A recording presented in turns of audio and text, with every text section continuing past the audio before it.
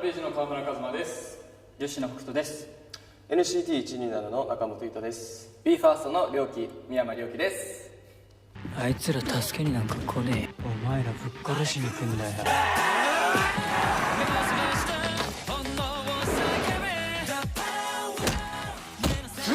スズラもこの喧嘩に参戦する。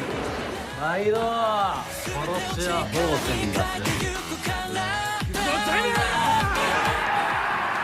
We got the tire, we got the fire, my heart 範囲に変わる切な間は隠そうまる願いを空へと higher やけどするほど Speed it up baby High spec rich なんて easy 着飾ったもの脱ぎ捨てて心臓が口から飛び出るかと思ったぐらいびっくりして、ずっとファンだったので作品としても、そして一緒に裕太君も共演させてもらうっていう話を聞いて、もうなんか何が何だかよく分からなくて、夢の中でこういうことができたらこういうことしたいっていうのが一気に現実に起きてるみたいな気分になったので、しばらくちょっと受け入れられなくて、もはやそもそももうなんかむしろ拒絶してましたね。拒絶はダメでしょ。拒絶はダメでもそれぐらい嬉しくて、本当に受け入れるのに時間がかかりました。僕も本当に2つ返事でやらせてくださいって言ったんですけど、やっぱ男なら一回はこう熱い思いをぶつける映画に出たいっていう思いはあると思うんですけど、やっぱステージとは違うまた熱い思いがこもった作品なのでぜひやりたいですって言ったんですけど、で実際こう撮影していく中ですごい現場もアットホームでしたし、お互いこう熱い思いをぶつけ合いながらさらに仲も深まったんじゃないかなと思って、すごくやってよかったなと思ってます。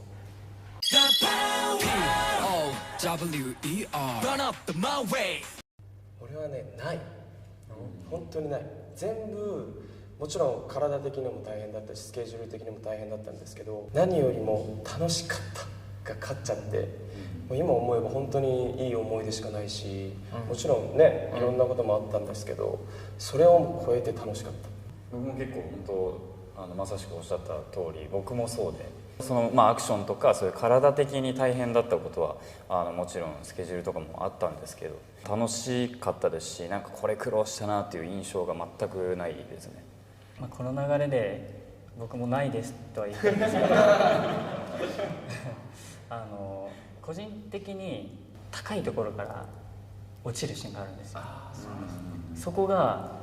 一番苦労しました。意外と実は自分で落ちなきゃいけなくて、で自分で落ちて切られる演技もしなきゃいけないので、落ちる恐怖感と切られるなんていうんですかね、うわっみたいな演技もしなきゃいけなくて、ちょっとそれがうまくいかなくて4回ぐらい撮り直したので、そこがちょっと自分の中で今回印象深かったというか。僕はずっと寂しかったです。役が役なので、ずっとお芝居してる時やっぱ誰も仲間がやっぱいないというか、近くにいる須崎もやっぱりいろいろ複雑な関係だったりもするので、好きな人たちがいっぱいいる現場だから、なんかそんな人に対して全員にこうね悪役っぷりを示さなきゃいけないから、それが寂しくて辛くて、なんか特に本当に北斗君とは一緒のシーンが多かったりしたんですけど、こんな可愛い顔になんてことをするんだとスパイクバーンやったもうそれは本当に申し訳ないなっていう気持ちでしたね。カメラ回ってないところは本当みんな仲良くさせてもらいました。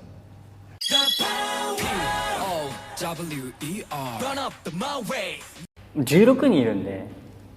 なんか現場だったりとか移動の時とかは広がっちゃうとめちゃくちゃ目立つし迷惑になっちゃうんで、みんなで仲良く2列に並んで暗黙のルールみたいなね。暗黙みたいな、今でこそ別に言ったりはしないけど、そうだね、ある暗黙はある。遠征とかでホテル行って次の日、朝、今日ツアー本番ですよとかいろいろそういうお仕事の時に朝集合時間の30分前ぐらいになんかグループ LINE で16人 LINE にスタンプ1個起きてるよっていうパッていう寝坊防止みたいな、スタンプ来てねってなったら誰かしらが連絡するっていう、でそういうのを前はやってましたけど、今全くしてないです。それこそめちゃくちゃ気になることあるんですけど、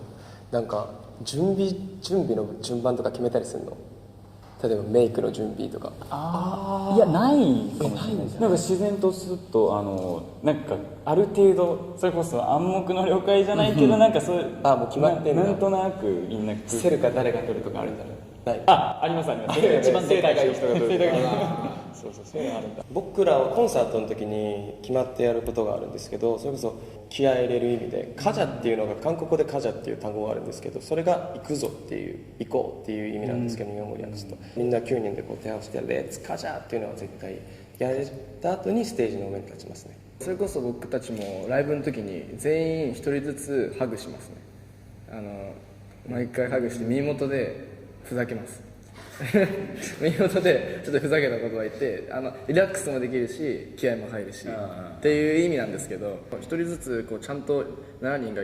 もう1対1で交互で順番でハグするっていうのはすごく素敵だなって毎回自分も思いながら、自然な流れでできたので、それがルーティンみたいな感じですかね。